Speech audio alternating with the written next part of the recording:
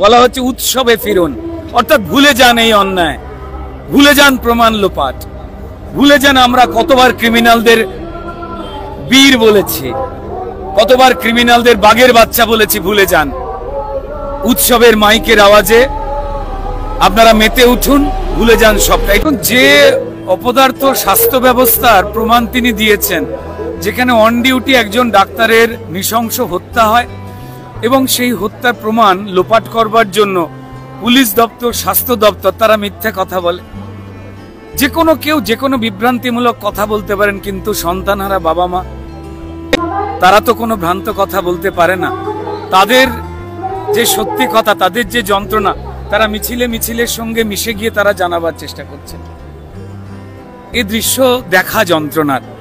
সেখানে শাসক দল তাদের ব্যর্থতা ঢাকতে যারা অপরাধী যেন তাদের পক্ষেই তারা বার্তা দিচ্ছেন, মানুষের পক্ষে নয়, জুনিয়র ডাক্তারদের পক্ষে নয়।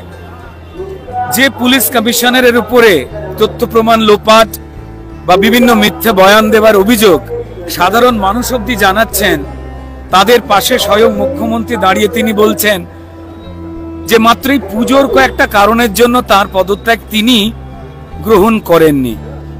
স্বাস্থ্য দপ্তর এবং পুলিশ দপ্তরের উদাসীনতা এবং চক্রান্তে এই হত্যা যে ঘটেছে, তা দল মত নারী পুরুষ নির্বিশেষে সব মানুষ বলছেন, তাই তারা রাত জাগছেন, রাস্তায় নামছেন।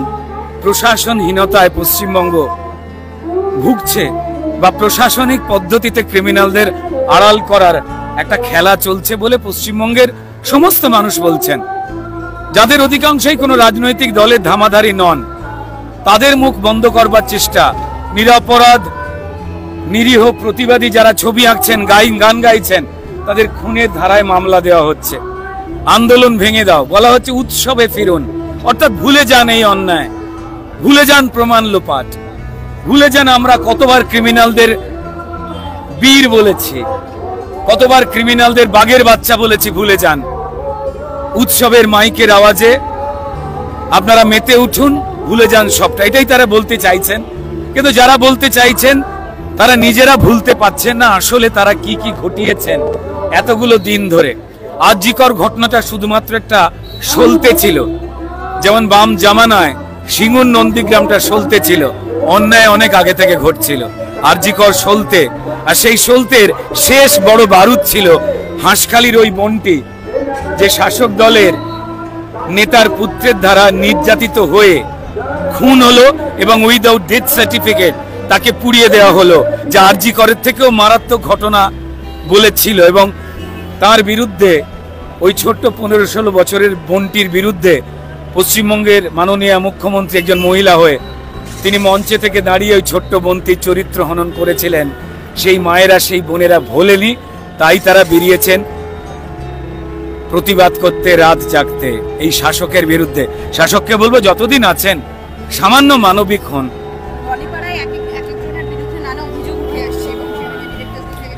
আমি এটাই বলবো যে কোনো অফিস, কোন ইনস্টিটিউশন তাদের ব্যক্তিগত ইচ্ছায় কোনো একটা কমিটি বা কমিশন ইত্যাদি প্রভৃতি তৈরি করতে পারে, কিন্তু সবার উপর কোর্ট সত্য তাহার উপর নাই।